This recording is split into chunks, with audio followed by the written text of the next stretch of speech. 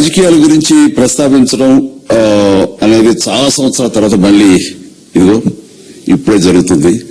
దానికి ప్రధానమైన కారణం తమ్ముడు పవన్ కళ్యాణ్, అలాగే చంద్రబాబు నాయుడు గారు తెలుగుదేశం నుంచి, బీజేపీ నాయకత్వం, వీళ్ళందరూ ఒక కూటమిగా ఏర్పడ్డారు. అది చాలా సంతోషం, మంచి పరిణామం.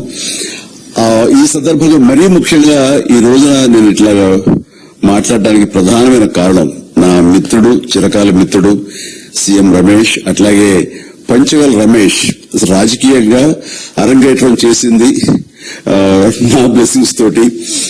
అది తను ఆ రోజు నుంచి ఈ రోజు వరకు కూడాను ఎక్కడున్నా నా దీంట్లోనే ఉంటుంటాడు.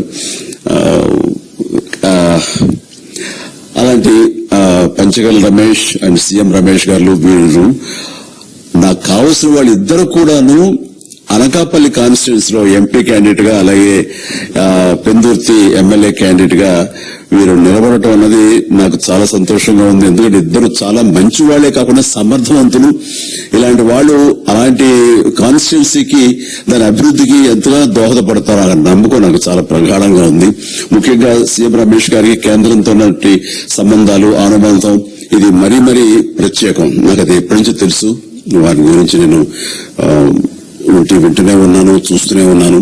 అండ్ ముఖ్యంగా ఆ కాన్స్టిట్యున్సీ, అనకాపల్లి కాన్స్టిట్యున్సీ అభివృద్ధికి ఈయన పరిచయాలు, కేంద్రంతో ఈయనకున్న సత్సంబంధాలు ఎంతో ఉపయోగపడతాయి. తద్వారా రమేష్ అలాగే మిగతా ఎమ్మెల్యేలందరూ కూడా ఎవరైతే అభివృద్ధి చేయాలి ఆయా ఎమ్మెల్యే నియోజకవర్గాలు అనుకున్నారు అవన్నీ కూడా సజావుగా సాగిపోతాయంటానికి దాని వెనకాల సీఎం గారి కృషి డెఫినెట్ గా ఉంటుందంటే ఎలాంటి సందేహం లేదు.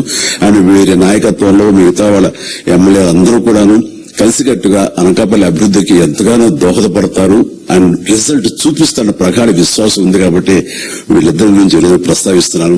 మీ అందరి ఆశీస్సులు వీళ్ళకి ఉంటాయని ప్రగాఢంగా నమ్ముతూ సెలవు తీసుకుంటాను. ప్లీజ్ వారిని గెలిపించండి.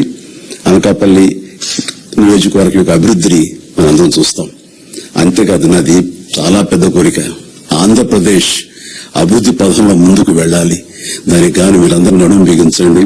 మీరందరూ కూడాను ఇలాంటి వారికి ఓటు వేసి మీరు గెలిపించి అన్ని రకాలుగాను మీ యొక్క ఆశీస్సులు మీకు ఉన్నాయి అన్న భావాన్ని మా అందరికీ, ఆ నమ్మకాన్ని మాకు కలిగించండి. జై హింద్.